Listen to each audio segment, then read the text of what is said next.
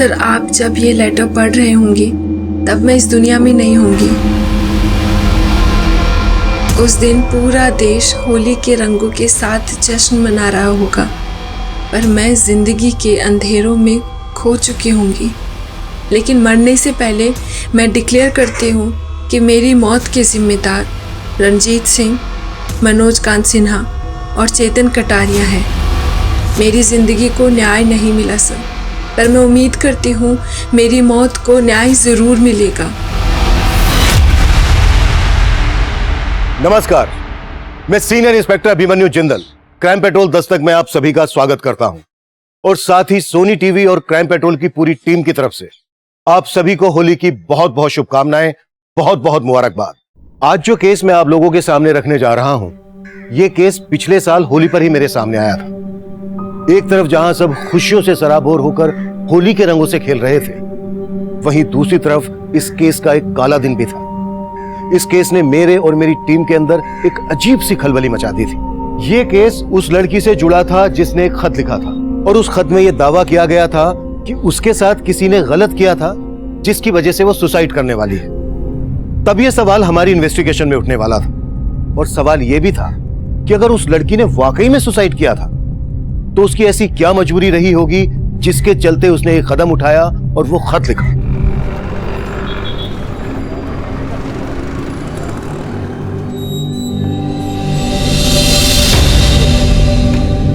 आओ, मैं तो छोड़ देता हूँ, तुम्हारा किराया बच जाएगा।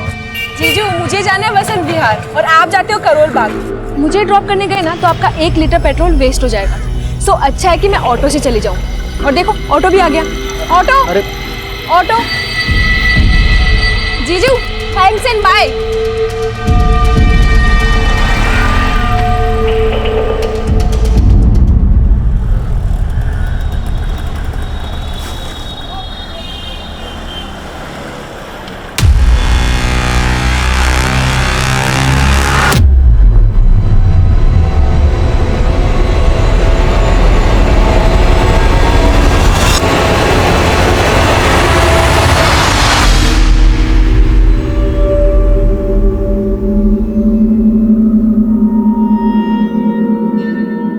So, Rashmi, what's going on in your life?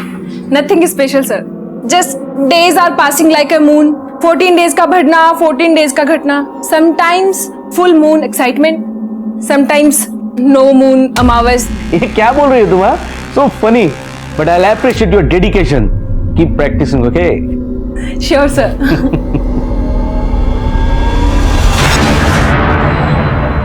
One second, sir. Yeah, sure.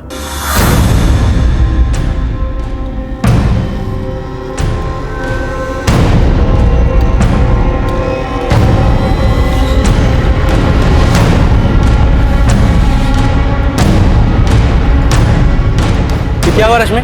ये तुम्हें परेशान कर रहा है क्या? कुछ नहीं हुआ। कौन है तू? मुझे छोड़ो उसे।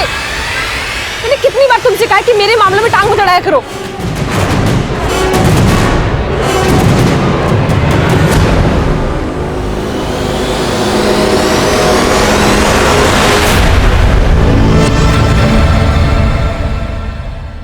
May I come in, sir?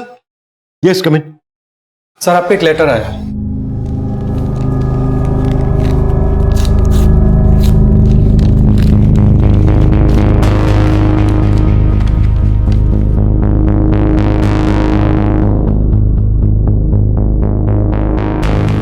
ये लेटर रश्मि नाम की एक लड़की ने लिखा है। वो लिखा है कि जब हम ये लेटर पढ़ रहे होंगे तो वो सुसाइड कर चुकी हो। इस सुसाइड के लिए उसने 3 लोगों को जिम्मेदार ठहराया है: रंजीत सिंह, मनोज कांत सिन्हा और चेतन कटारिया। लेकिन सर, एक बात है, रश्मि ने इस लेटर में इन 3 लोगों को अपनी मौत का जिम्मेदार बताया, पर उसने ये नहीं लिखा है कि इन तीनों ने उसके साथ किया क्या। और हैरानी की बात यह है कि इस लड़की ने अपना एड्रेस लाजवंती गार्डन का लिखा है। अगर ये वहां की रहने वाली है तो फिर इसने ये लेटर यहाँ वसंत विहार थाने में क्यों भेजा? शर्मा, एक काम करो, लाजवंती गार्डन पुलिस को कांटेक्ट करो और पता करो कि वहां पर रश्मि नाम की किसी लड़की का सुसाइडल केस आया क्या। Right sir.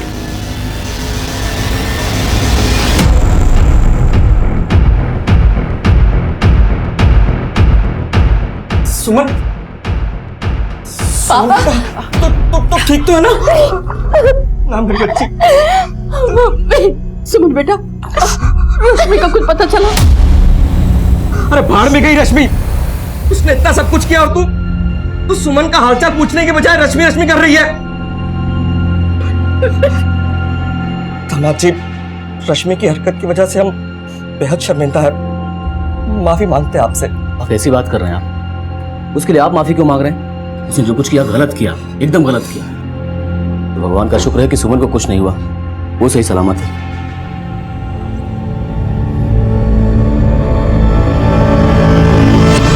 मैं कम सर? कम इन। सर, लाजवंती गार्डन पुलिस से बात हुई मेरी। उन्होंने बताया कि रश्मि के खिलाफ उनके थाने में अटेम्प्ट टू मर्डर का केस फाइल हुआ है। ये रश्मि का फोटो भेजा उन्होंने। Attempt to murder? जी हाँ सर। अच्छा, रश्मि इसी एड्रेस पे रह रही थी जो इस लेटर में मेंशन है? जी हाँ सर, कंफर्म किया मैंने। रश्मि पे ये केस उसके जीजा माधव ने फाइल किया है। रश्मि ने अपनी बड़ी बहन सुमन को जान से मारने की कोशिश की और अब ये 4 दिन से गायब है। बड़ा अजीब है। एक तरफ राजवंती गार्डन पुलिस रश्मि को फरार मान रही है और दूसरी तरफ रश्मि का ही सुसाइड लेटर। बात कुछ समझ में नहीं आ रही है। एक काम करो शर्मा, रश्मि के घर वालों से मिलो और इन 3 लोगों के बारे में भी पता करो जो इस लेटर में मेंशन है, मनोज, रंजीत और चेतन। Okay sir.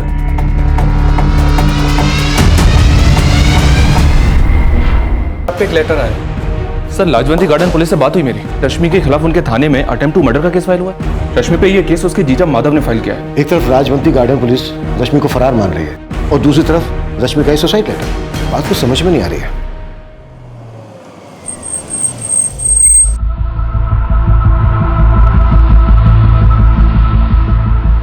देखिए, भले ही आपने रश्मि के खिलाफ अटेम्प्ट टू मर्डर और चोरी का केस फाइल किया है, पर उसने हमारे वसंत विहार थाने में एक लेटर भेजा है।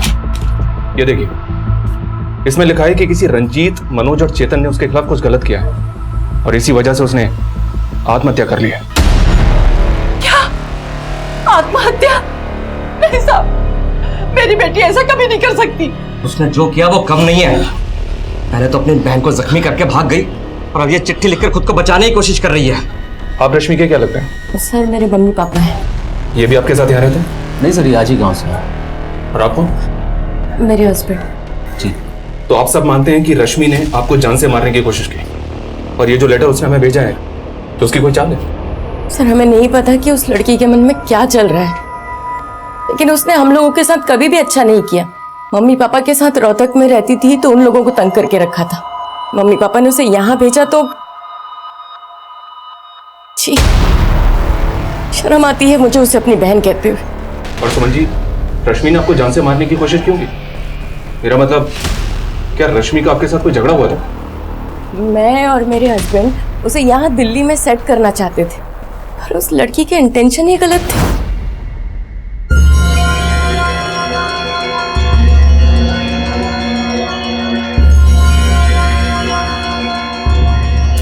अरे क्या जीजू, आप भी टीवी के साथ सर क्यों खपा रहे हैं? चलिए ना, कुछ बातें करते हैं। रश्मि, रिमोट दो। नहीं, रिमोट दो ना रश्मि।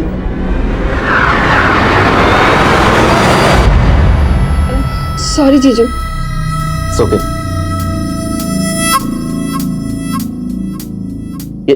ये क्या कर रही हो तुम? अरे जीजू, आप भी बहुत शर्मीले हैं। मुझे पता है कि आप मुझे लाइक करते हैं, लेकिन घबराइए मत, दीदी भी घर पर नहीं है एंड आई वॉन्ट माई।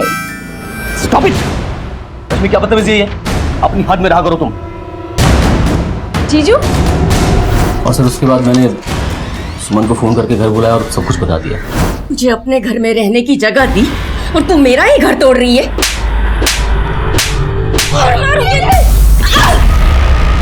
सुमन! सुमन! तुम आगे खोलो। सुमन! सुमन! एक्चुअली उसे सुमन की बिल्कुल पड़ी नहीं थी और उस घटना के बाद वो घर भी वापस नहीं आई। मैं तो पुलिस में कंप्लेन नहीं करना चाहता था, लेकिन जब सुमन को लेकर हॉस्पिटल गया तो वहाँ इसका केस देकर उन्होंने खुद ही पुलिस को बुला लिया। उसके बाद मालूम पड़ा सर, वो फोन बंद करके गायब हो गई। सर, वो लड़की सुसाइड करने वालों में से नहीं है। वो शायद डर गई है और ये लेटर आपको लिखकर पता नहीं क्या साबित करना चाहती है।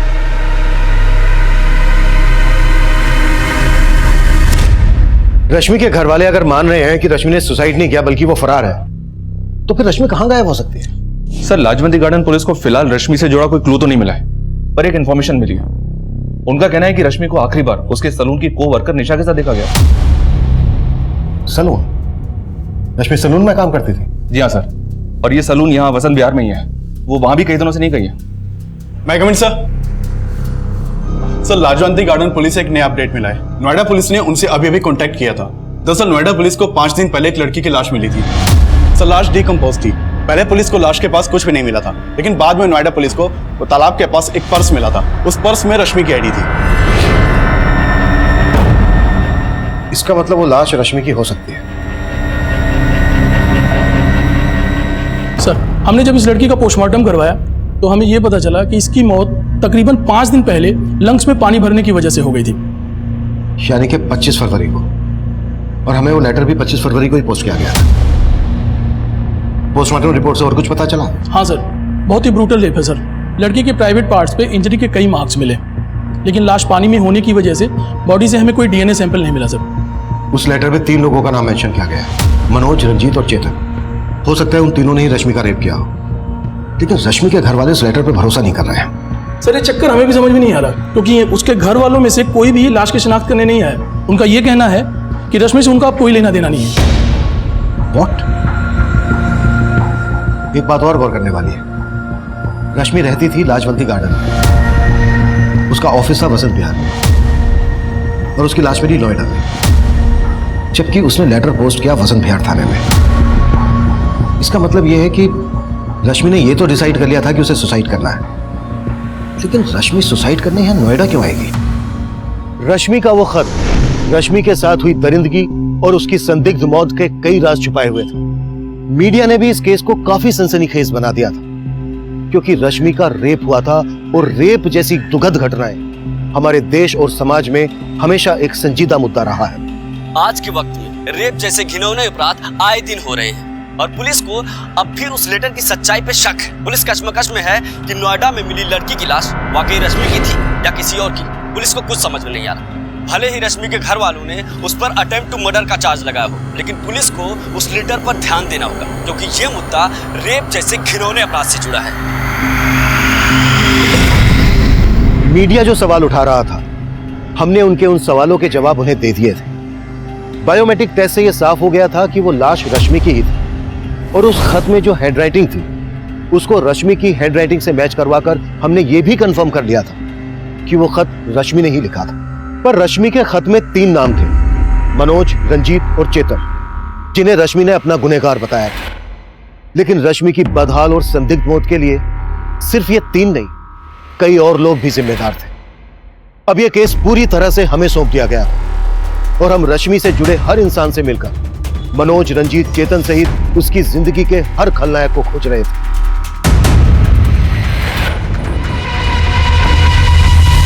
हमें पता चला है घर से भागने के बाद रश्मि तुम्हारे घर पर आई थी। हाँ सर, रश्मि मेरे घर आई थी। वो घर से भागी नहीं थी सर, उसकी दीदी ने उसको घर से बाहर निकाल दिया था।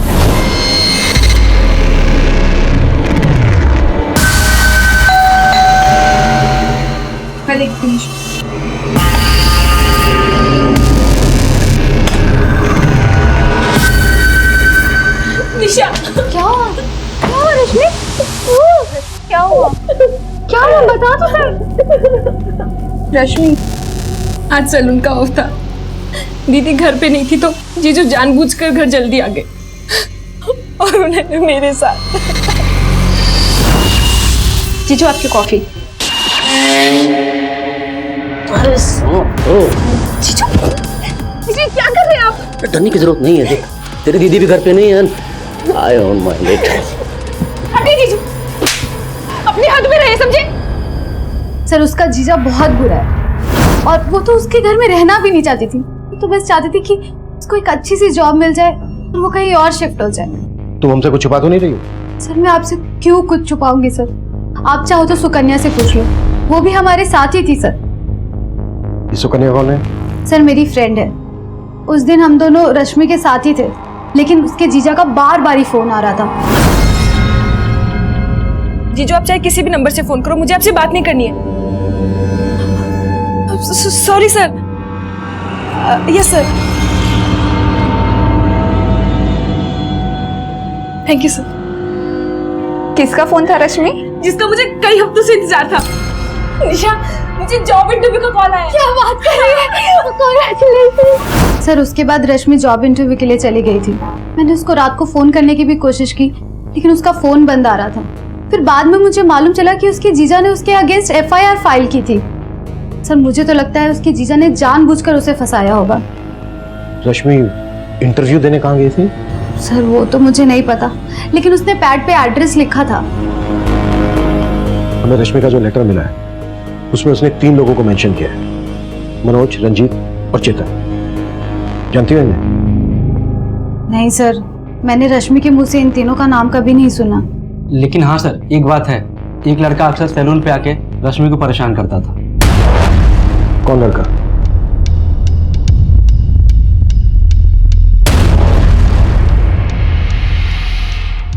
ये जो लड़का CCTV में दिखा है हो सकता है मनोज, रंजीत और चेतन में से ही कोई हो। इस लड़के के बारे में पता करो और रश्मि के जीजा की भी कुंडली निकालो। हो सकता है रश्मि पर उसकी गंदी नजर और रश्मि के कॉल रिकॉर्ड में मौजूद हर नंबर को इन्वेस्टिगेट करो। Right sir. रश्मि रेप और मर्डर केस में पुलिस इन तीनों लोगों को ढूंढ रही है जिनका नाम लेटर में लिखा था, जो रश्मि ने सुसाइड से पहले पुलिस को भेजा था। लेकिन पुलिस अब भी उन तीनों लोगों का नाम मीडिया में डिस्क्लोज करने से मना कर रही है। सुमन, हो सकता है तुम्हें कोई गलतफहमी हो रही है। रश्मि इतनी बुरी नहीं है जितना कि तुम लोग उसे बना रहे हो। मम्मी क्या कहना चाहती हैं? माधव बुरे हैं? अरे अपने आंखों पर से रश्मि के नाम की पट्टी हटाइए। वो ऐसी ही थी, तभी उसके साथ रेप हुआ है। अगर सही समय पर उसे संभाल लिया होता ना तो ये नहीं होता।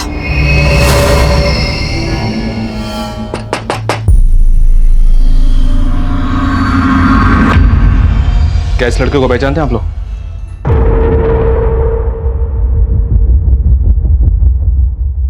ये तो आदित्य है। आदित्य कौन? साहब ये रोहतक में रहता था। 1 साल पहले जब रश्मि हमारे साथ रहती थी तो ये उसके साथ भागने वाली थी।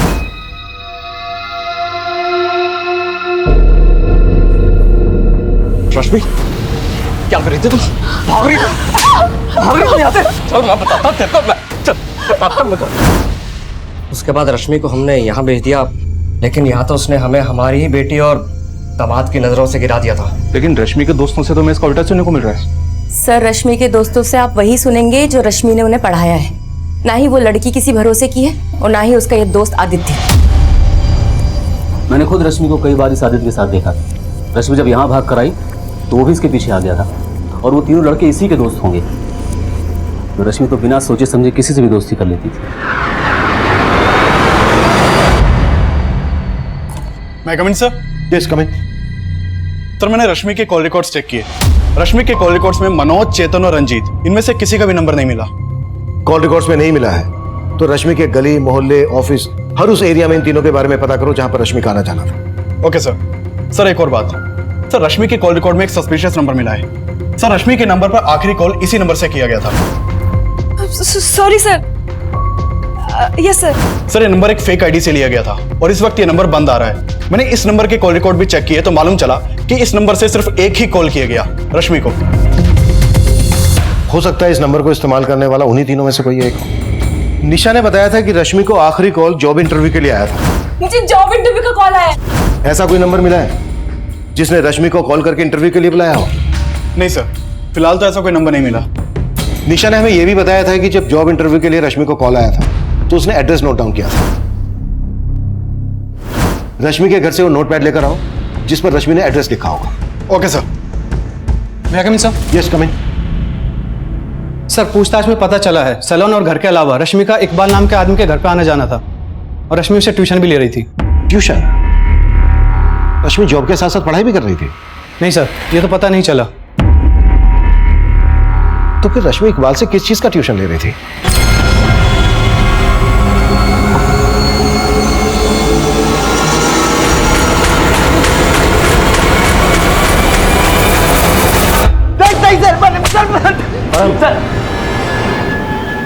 चलो जा सर मैं किसी चेतन, मनोज, रंजीत को नहीं जानता हूं सर। लेकिन हम तुझे जान गए। पिछले 1 साल से रश्मि का पीछा कर रहा था। अब अगर एक भी झूठ बोला ना तो हमसे पीछा नहीं छुड़ा पाएगा। मैंने सर रश्मि के साथ कुछ भी नहीं किया सर। सर मैं तो रश्मि से प्यार करता था सर। सर 1 साल पहले हम लोग भाग के जा रहे थे सर। हमने प्लान भी बना लिया था, लेकिन सर मेरे पेरेंट्स की वजह से मैं नहीं जा पाया था सर, और इसी वजह से सर रश्मि मुझसे नाराज थी सर। मैं तो सिर्फ रश्मि को मनाने की कोशिश कर रहा था सर। वो नहीं मानी तो उसके साथ ये कांड कर दिया। अब ये बोल, तेरे इस कांड में उन 3 लड़कों का क्या रोल था? सर मैं नहीं जानता हूँ सर, मैं किसी लड़के को नहीं पहचानता हूँ सर। सर मुझे लगता है सर इसमें उस विजय का हाथ होगा सर। विजय? सर वो लड़का कम नहीं था सर। 1 साल से रश्मि पे जबरदस्ती लाइन मारने की कोशिश कर रहा था। रश्मि प्लीज मेरी बात तो सुन लो। मुझे तुमसे कोई बात नहीं करनी है। क्यों बात नहीं करनी है? आदित्य मुझे कोई बात विजय परेशान करता है इसको। है कौन तू? छोड़ो। लेकिन तुम्हें बार बार परेशान करता है ये। तुम्हारा इरादा भी जानती हूँ मैं। अगर ये मेरा पीछा कर रहा था तो तुम क्या कर रहे थे यहाँ पे? दोनों बख्श दो मुझे, यूँ आगे पीछे बनना बंद करो। सर जितना मैं रश्मि को जानता हूँ सर, वो सुसाइड नहीं कर सकती। वो लड़के, वो लेटर, सब में विजय का हाथ होगा सर। कहानी अच्छी है तेरी, लेकिन तेरी इस कहानी का खलनायक तू है कि विजय, ये हम तुझे बताएंगे।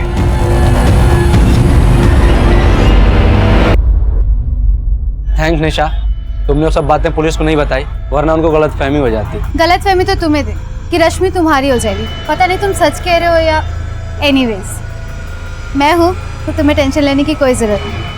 I am always with you.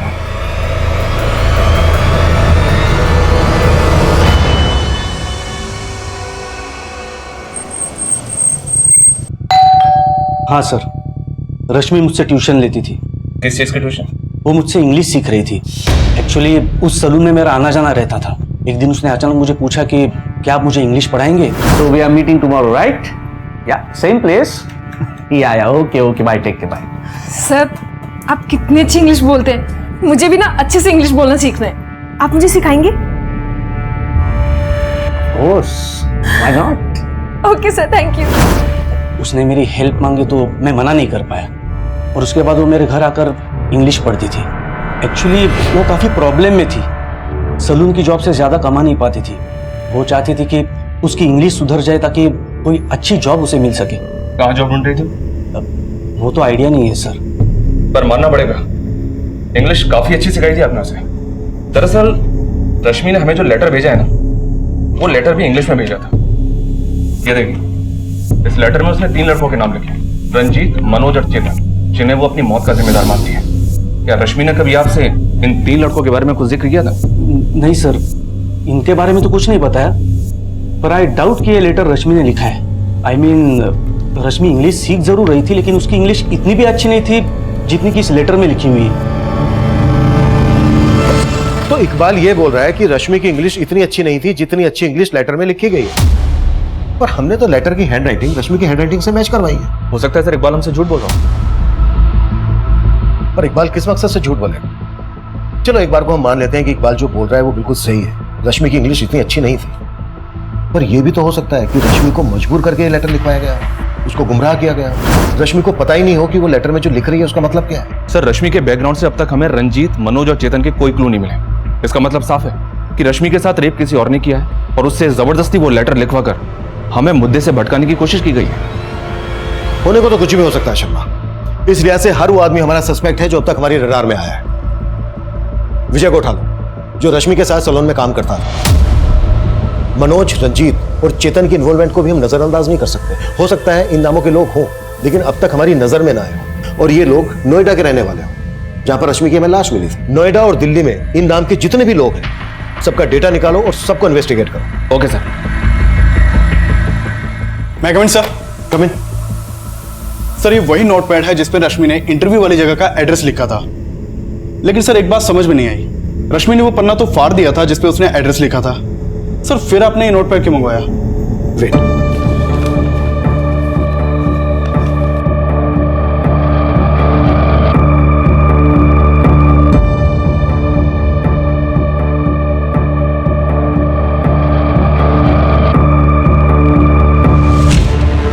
Prashant tower, Vasant Kunj, C block. अब समझ में आया ये नोटपैड मैंने क्यों मंगवाया था? जी सर। प्रशांत टावर, वसंत कुंज, जहां पर रश्मि इंटरव्यू देने गई थी, यहां पर चलकर देखते हैं। गाड़ी निकलो।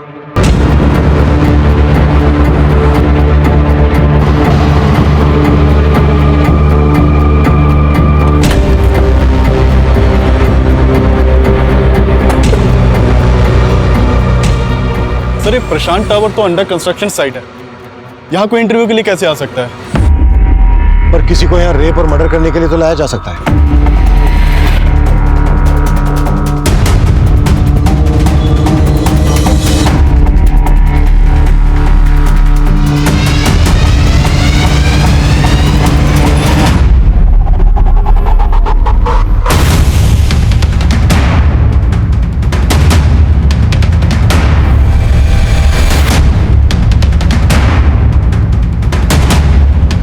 पूरा एरिया बारीकी से चेक करो।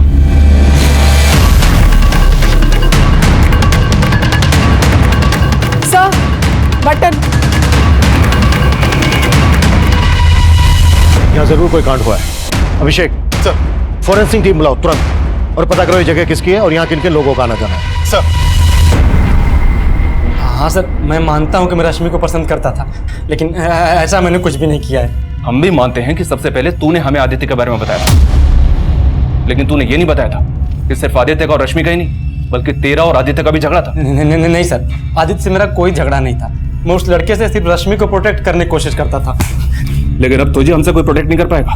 देख विजय, बोल दे, रश्मि ने वो सुसाइड लेटर क्यों लिखा था और लेटर में लिखे रंजीत, मनोज और चेतन के साथ तेरा क्या कनेक्शन है? चल बोल। भगवान कसम सर, मेरा किसी के साथ कोई कनेक्शन नहीं, लेकिन हाँ, रंजीत नाम के एक आदमी को मैं जानता हूँ, जिसे रश्मि भी जानती थी। किसकी बात कर रहा है तू? सर, हमारे सैलून के पास में रंजीत की शॉप है। तो उस रंजीत के बारे में तूने हमें पहले क्यों नहीं बताया? क्योंकि सर हम लोग उसे रिंकू नाम से बुलाते थे, लेकिन कल ही मुझे पता चला कि उसका पूरा नाम रंजीत है। सर, ये पास की बिल्डिंग का गार्ड है। इसका कहना है कुछ दिन पहले इस बिल्डिंग में एक सिक्योरिटी गार्ड ड्यूटी पर था। हाँ साहब, सुनील नाम है साहब उसका। कई दिनों से वो दिखाई भी नहीं दे रहा है। मैंने उसको फ़ोन भी लगाया लेकिन फ़ोन बंद आ रहा है साहब। उस गार्ड का नंबर ले लो इससे। अभिषेक सर, उस गार्ड सुनील की कुंडली निकालो। वो कहाँ का है, कहाँ गायब है? हो सकता है यहाँ हुए कांड में उसका हाथ हो, इसलिए गायब है। सर। अबे जो पूछा उसका जवाब दे, बोल। साहब, मेरा नाम रंजीत है, तो क्या मैं क्रिमिनल हो गया? साहब, वो लड़का मुझे बेकार में ही फंसा रहा है। उसको जाने दे। तू ये बता कि मनोज और चेतन से तेरा क्या कनेक्शन है? क्या लगते हैं तेरे? हाँ सर, मनोज तो मेरे मामा का नाम है, और जैसा आप सोच रहे हैं वैसा कुछ भी नहीं है। अगर कुछ नहीं है तो ठीक है, लेकिन हमें बाद में पता चला ना कि तूने अपने मामा और किसी चेतन के साथ मिलकर कांड किया है, तो फिर बोलने के लायक नहीं रहेगा। वो कुटाई होगी तेरी। अरे भैया जी, कैसे भी करके कल का टिकट करवा दीजिए, चाहे 2-3 हजार ज्यादा ले लेना, पर टिकट जरूर करवाओ। हाँ। पापा कहाँ जा रहे हैं? कुछ दिन और रुक जाइए ना। नहीं बेटा, अब मेरा यहाँ से जाना ही सही है, पर मुझे इस बात की खुशी है कि तुमने रश्मि की बातों को भुला दिया। अरे छोड़िए पापा जी इस बात, जो हुआ सो हुआ, भूल जाइए।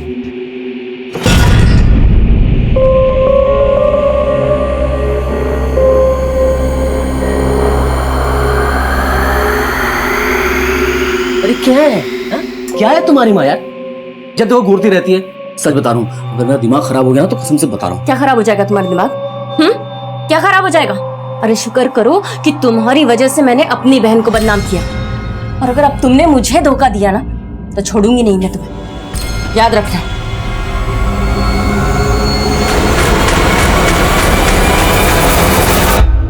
सर, ये प्रशांत टावर के सिक्योरिटी गार्ड सुनील की फोटो है। सर, सुनील के मोबाइल नंबर के सर्विस प्रोवाइडर से इसका फोटो मिला है। सुनील गोविंदपुरी का रहने वाला, लेकिन इसके घर पे ताला लगा है और पिछले 1 हफ्ते से इसका नंबर भी बंद है। सर, सुनील के कॉल कोड में किसी मनोज, चेतन या रंजीत का नंबर नहीं मिला। ये बिना किसी वजह के तो गायब होगा नहीं। इस सुनील का लुकआउट नोटिस जारी करो और इसका पूरा बैकग्राउंड खंगालो।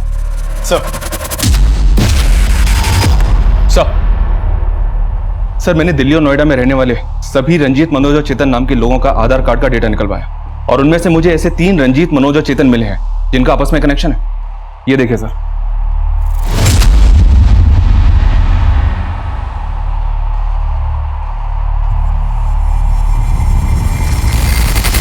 सर, ये तीनों हिस्ट्री शीटर है। इन तीनों ने मिलकर रंजीत की बहन के लवर मुकेश का मर्डर किया था, लेकिन सबूत की कमी की वजह से कोर्ट ने इन तीनों को सिर्फ 4 साल की सजा सुनाई थी। 1 साल पहले तक ये तीनों तिहाड़ जेल में थे। पता चला है कि वहां से निकलने के बाद इन तीनों ने अपना खुद का एक गैंग बना लिया।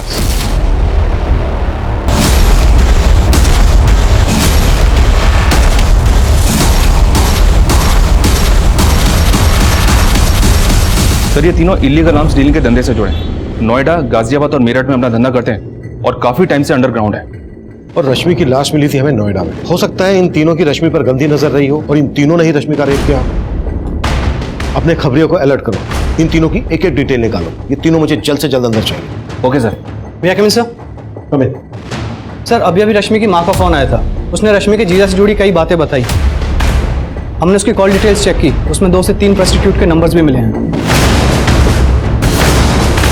अरे साहब मैंने किया क्या है साहब, मुझे मार क्यों रहे साहब? आखिर मैंने किया क्या साहब? सब बता था। इस बात का अंदाजा मैं पहले से ही था कि रश्मि के ऊपर तेरी बुरी नजर होगी। तेरी बीवी और ससुर ने तेरे पक्ष में बोला, लेकिन रश्मि की माँ ने हमें सब कुछ बता दिया, सब कुछ। अरे सर, वो अपनी बेटी की प्यार में पागल है सर, उसे नहीं पता रश्मि कैसी थी। तेरा कैरेक्टर भी पता चल गया हमें। बीवी के होते हुए प्रोस्टिट्यूट के पास जाता है। तेरे कॉल रिकॉर्ड से पता किया हमने। अगर तूने और झूठ बोला ना तो उल्टा लटका के मारूंगा तुझे। सर मैं मानता हूँ कि रश्मि मुझे पसंद थी और उस दिन मैंने ही रश्मि के साथ। जीजू आपकी कॉफी। अरे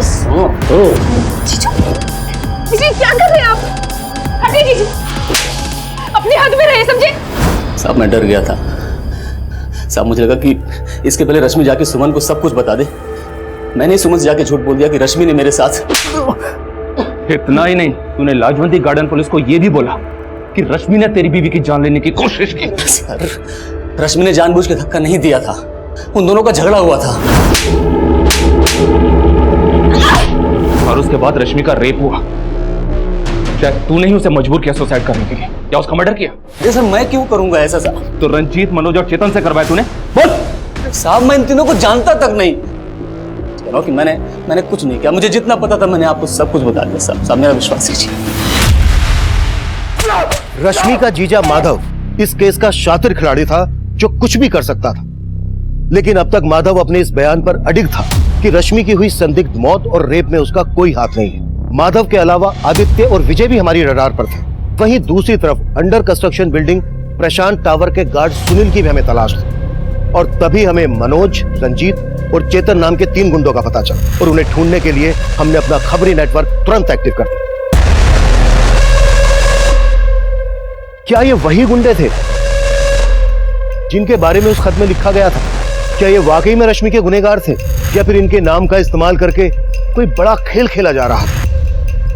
ये कुछ ऐसे सवाल थे जो इस केस में उठ रहे थे, और हर मोड़ पर एक नया खुलासा हो रहा था। सर ये रश्मि का ट्यूशन टीचर इकबाल तो बहुत पहुंची चीज निकला।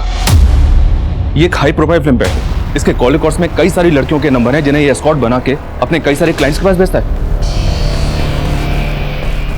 राइट सर आपको जरूर कोई गलतफहमी हुई, ये सब काम मैं नहीं करता हूँ। तू जो करता है ना बेटा, उसके पक्के सबूत जुटा लिए हमने। जो लड़कियां तू तेरे क्लाइंट्स के पास भेजता ना एस्कॉर्ट बना के, उनके बयान भी लिए हमने। अब बोल, रश्मि को भी इसी धंधे में डाल रखा था ना तूने? नहीं सर, मैंने रश्मि को इस धंधे में नहीं डाला है।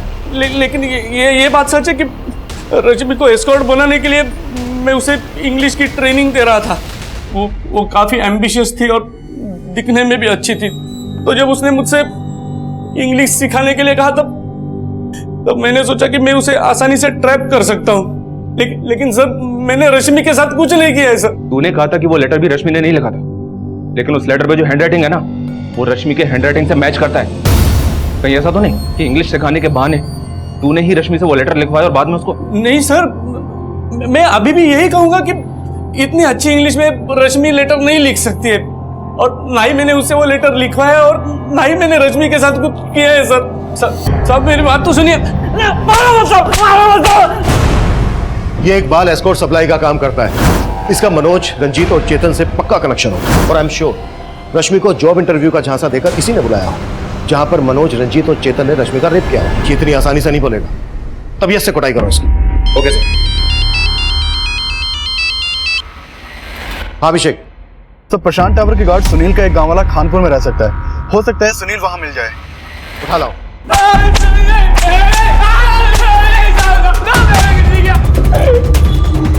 चल हो जा शुरू। साहब मैं किसी मनोज, चेतन और रंजीत को नहीं जानता साहब। कुछ नहीं किया तो फिर भागा क्यों था? न्यूज पढ़ा था इसका रेप हुआ है, और 4 दिन पहले ही वो हमारी बिल्डिंग में आई थी, तो साहब मैं डर गया इसलिए भाग गया था साहब। तू भागा इसलिए था क्योंकि उसके रेप में तू भी इन्वॉल्व है। साहब मैंने कुछ नहीं किया साहब वो लड़का है, वो उसने कुछ किया हुआ साहब उसको। कौन लड़का?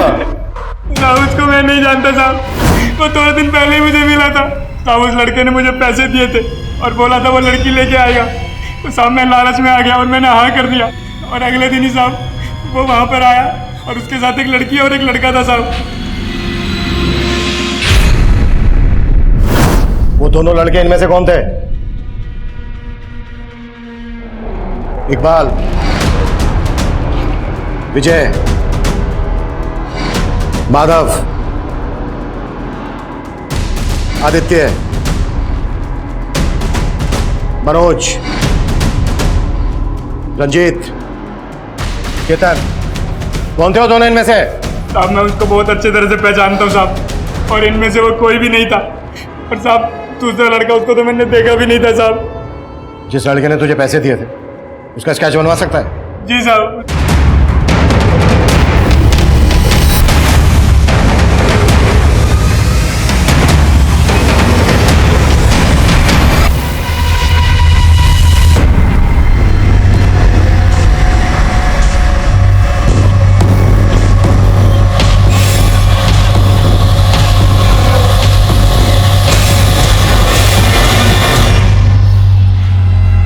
इस केस में एक के बाद एक नया चेहरा सामने आ रहा है। समझ में नहीं आ रहा है कि रश्मि इस आदमी के साथ प्रशांत टावर में गई क्यों।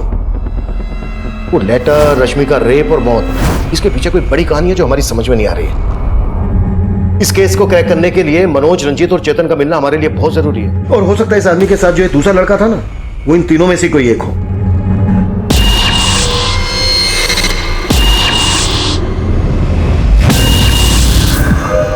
बोल भाई, अभी क्या करने का है? एक काम करते हैं, दोनों अंडरग्राउंड हो जाता है, और जब तक मामला शांत नहीं हो जाता कोई भी बाहर नहीं आएगा। सर, खबरियों से रंजीत, मनोज और चेतन के ठिकाने के बारे में एक इन्फॉर्मेशन मिली है। फील्डिंग लगा दो शर्मा, तीनों बचने नहीं चाहिए। ठीक है सर।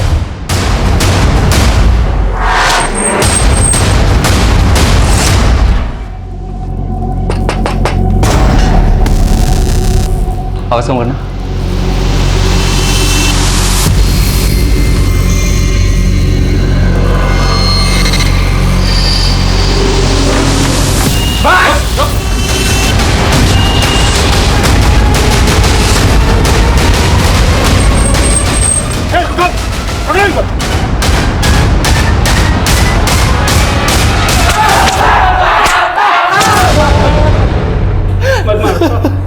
साहब हम मान दे 2 नंबर के काम करते हैं, लेकिन हमने किसी रश्मि को नहीं मारा। हम तो जानते तक नहीं उस लड़की को। हाँ साहब, जब से मीडिया में हमारा नाम उछला है हम खुद परेशान हैं। आखिर उस लड़की ने अपने खत में हमारा नाम क्यों लिखा? देखो, अब तुम यहां से बाहर नहीं जाने वाले हो, इसलिए जो भी सच है बोलता हूं। हम कह रहे हैं ना, हमने कुछ नहीं किया उस लड़की के साथ। सिर्फ तुम लोगों ने नहीं, बल्कि ये भी था तुम लोगों के साथ। कौन है? साहब ये तो मयंक है साहब। तो जानते हो उसको? क्या क्या किया इसके साथ मिलकर? साहब हम इससे क्यों मिलेंगे, ये तो हमारा दुश्मन है। हाँ साहब, इसके साथ तो हमारा 36 का आंकड़ा है। पक्का इसी ने हमारा नाम उछाला होगा इस केस में। जब तक ये सच ना हुए तब ऐसे कड़ाई करेंगे। तो इन सबको बहुत ऊपर नीचे किया, लेकिन सबके सब वहीं अटके हुए हैं। सर, मैंने इस मयंक की कुंडली निकाली। ये भी हिस्ट्री शीटर है और ये भी इलीगल आर्म्स डीलिंग के धंधे में है। और ये भी सच है सर कि मयंक इन तीनों का कट्टर दुश्मन है। Police control room. हाँ जी बोलिए।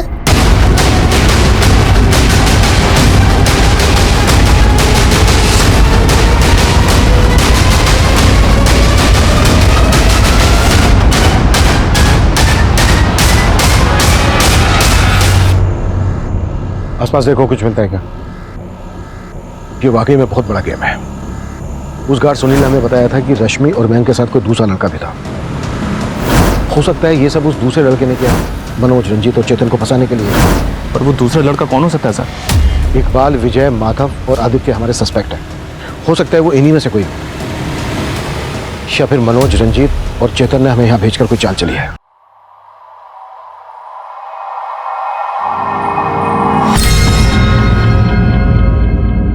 देखो, अब झूठ बोलने से कोई फायदा नहीं है। हमें पता चल गया तुमने अपने भाई नवीन के साथ मिलकर यह कांड किया है। लेके आओ।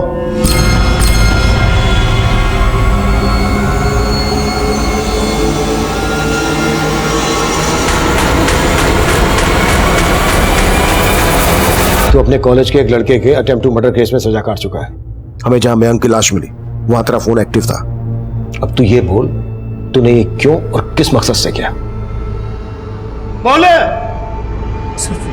वो जब मैं जेल में अपनी सजा काट रहा था तो उसी वक्त रंजीत, मनोज और चेतन भी अपनी सजा काट रहे थे। अबे घबराता क्यों है? हम तो तेरे अपने हैं राजा। सर मैंने कई बार जेल में उनकी शिकायत भी की, लेकिन वो तीनों किसी से नहीं डरते थे। उन्होंने मेरा वहाँ पे जीना नर्क से भी बदतर कर दिया था। मेरे रिहा होने से 6 महीने पहले ही वो लोग रिहा हो गए थे। उसके बाद भी उनकी ज्यादतियाँ मुझे सोने नहीं देती थी। मैं उनसे बदला लेना चाहता था, लेकिन कैसे, ये मेरी समझ में नहीं आ रहा था। तो जब मुझे पता चला कि मयंक नाम के क्रिमिनल के साथ उनका 36 का आंकड़ा है, तो मैं मयंक से मिला। तो उन भूतनी वालों ने तेरा रेपा तू भी बदला लेना चाहता है ना उनसे, तो हाथ क्यों नहीं मिला लेता मेरे से? हाथ मिला के क्या करेगा? क्या उखाड़ लेगा तू उनका? एक प्लान है मेरे पास सर। मैं उनको रेप केस में अंदर करवाना चाहता था, ताकि वो लोग भी वही टॉर्चर सहन करें जो उन्होंने मेरे साथ किया था। सर, रश्मि निशा की दोस्त थी। मैं जब भी रश्मि को मिलती निशा के साथ, तो वो उसको अपने प्रॉब्लम शेयर किया करती थी। वो अपने जीजा और एक्स बॉयफ्रेंड से तंग आ चुकी थी, और वो एक नई जॉब के लिए भी डेस्परेट थी, ताकि वो अपनी बड़ी बहन और जीजा का घर छोड़कर जा सके और अलग रह सके। और इसी चीज़ का सर हमने फ़ायदा उठाया। मैंने सुकन्या से उसका नंबर लिया और उसे कॉल की, और सर मैंने उससे कहा कि मैं एक रियल एस्टेट कंपनी में मैनेजर हूँ और हमें एक एग्जीक्यूटिव की तलाश है जो हमारे क्लाइंट्स को फ्लैट्स वगैरह दिखा सके। सर फिर इंटरव्यू के बाद डेमो के बहाने हम उसे प्रशांत टावर ले गए। सर, कंस्ट्रक्शन 6 महीने में कंप्लीट हो जाएगा और फिर उसके बाद आपको पोजीशन मिल जाएगा। वाह, गुड रश्मि। लेकिन तुमने तो कहा था कि तुम्हें इंग्लिश में बात करनी नहीं आती। सर सच बताऊं तो मुझे इंग्लिश अच्छे से नहीं आती है, लेकिन अभी मैं सीख रही हूँ। इंग्लिश में लिख तो सकती हो ना? जी सर। रश्मि ये लेटर लिखो, और उसे मिसगाइड करके उससे वो लेटर लिखवाया। उसके बाद हमने उसे नोएडा के तालाब में डंप कर दिया और उसका बैग और बाकी सामान वहीं फेंक दिया। सर हमने इसलिए वहाँ पे उसको डंप किया था क्योंकि मुझे पता था रंजीत, मनोज और चेतन उसी एरिया में धंधा करते हैं। और फिर सुकन्या ने वो लेटर पोस्ट कर दिया। प्रशांत टावर में हमें शराब की कुछ खाली बोतलें और कॉन्डोम्स के पैकेट मिले। वो वहाँ कैसे पहुँचे? वो मुझे नहीं पता सर, क्योंकि जब हम वहाँ पहुँचे तो वो चीज़ें वहाँ पर पहले से ही थी। मयंक ने तो सब में तेरा साथ दिया था ना, मयंक को क्यों मारा? सर क्योंकि आप लोग उसके पीछे पड़ गए थे, और मुझे डर था कि अगर वो पकड़ा जाता तो फिर हम दोनों भी फंस जाते, इसलिए मैंने मयंक को मार दिया सर।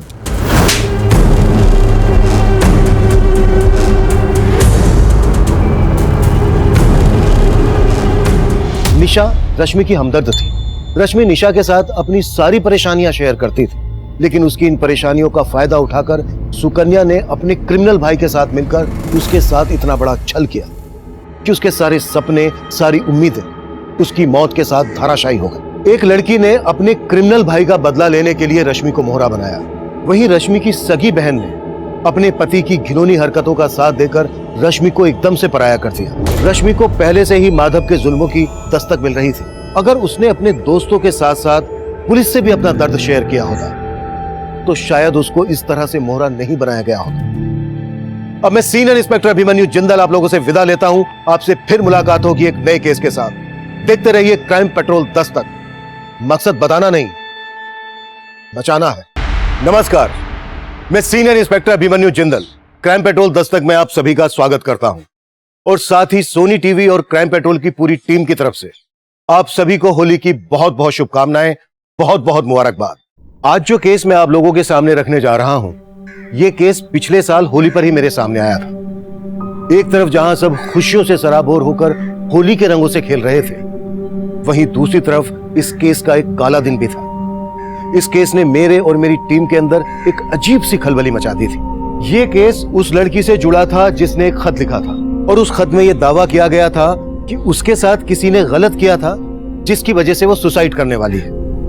तब यह सवाल हमारी इन्वेस्टिगेशन में उठने वाला था, और सवाल यह भी था कि अगर उस लड़की ने वाकई में सुसाइड किया था तो उसकी ऐसी क्या मजबूरी रही होगी जिसके चलते उसने एक कदम उठाया और वो खत लिखा।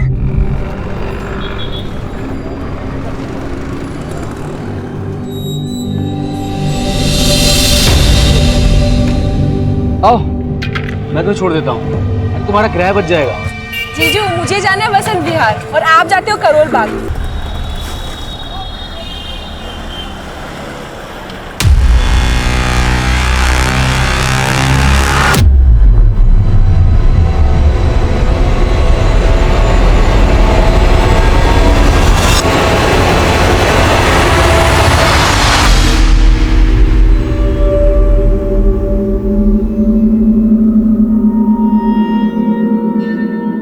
So, Rashmi, what's going on in your life?